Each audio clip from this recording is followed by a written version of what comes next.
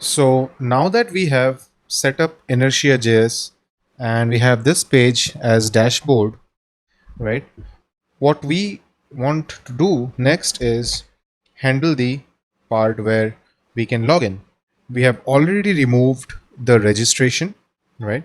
As we said, we don't allow registrations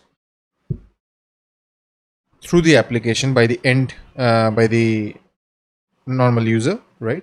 The admins will only be able to create users on this application. So we have removed the link, we have commented or rather blocked on the controller as well in our previous video.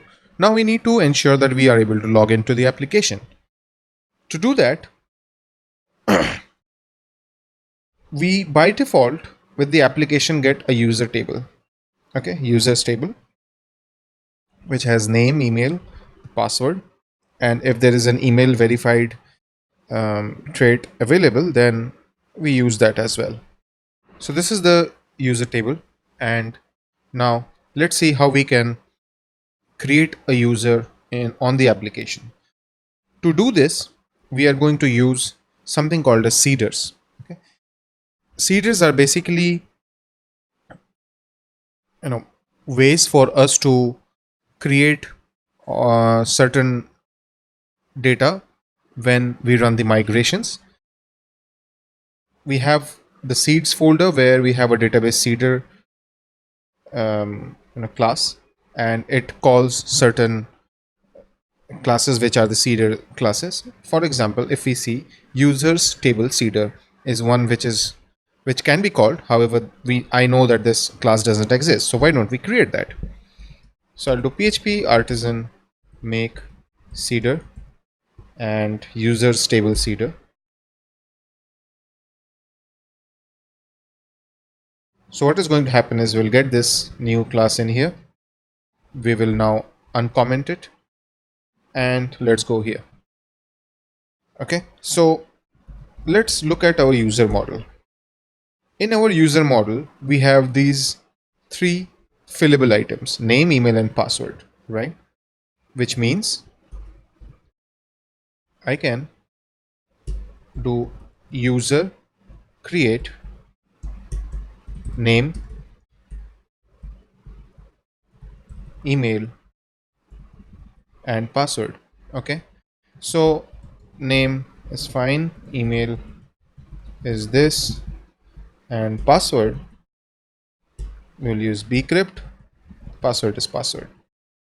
Okay, so now what is going to happen is whenever I run seed command, right, it will call this class, which will automatically trigger this function, the run function, and it will create a user. I can create one, I can create two, whatever, how many I like. Okay, there's no problem at all.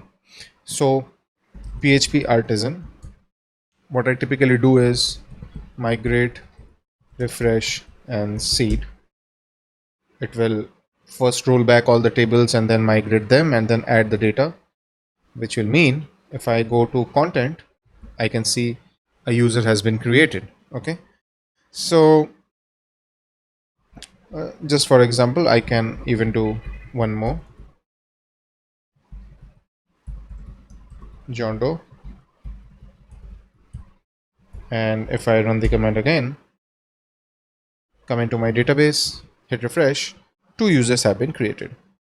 Okay, so this is how we can create some dummy content for development purpose. I really like these seeders, and now because we have the username and password in the database, I can actually log in.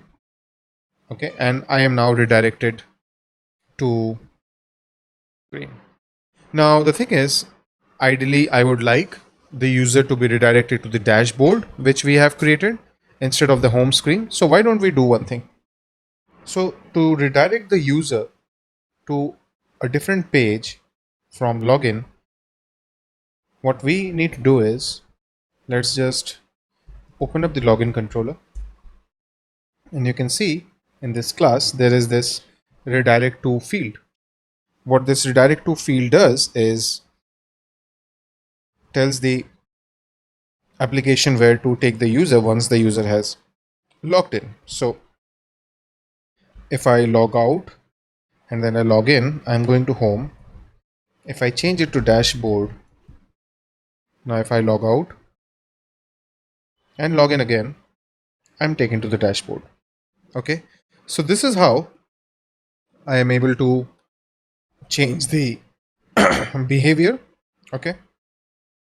And because we don't need the home controller, why don't we just go ahead and remove that route? Okay, just to keep things simple. And yeah, I think what we need to do is let's just bring that back. Home controller and this piece, right? This construct, or I can actually write a middleware so that route get middleware auth.